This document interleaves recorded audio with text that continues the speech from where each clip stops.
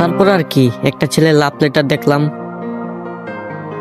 তাদের মধ্যে অনেক ভালোবাসা হলো, মানে সে তার মায়া আটকাই গেছে, মানে কি একটা জাদু করেছে সে মেয়ে, সে তার মায়া আটকাই গেছে।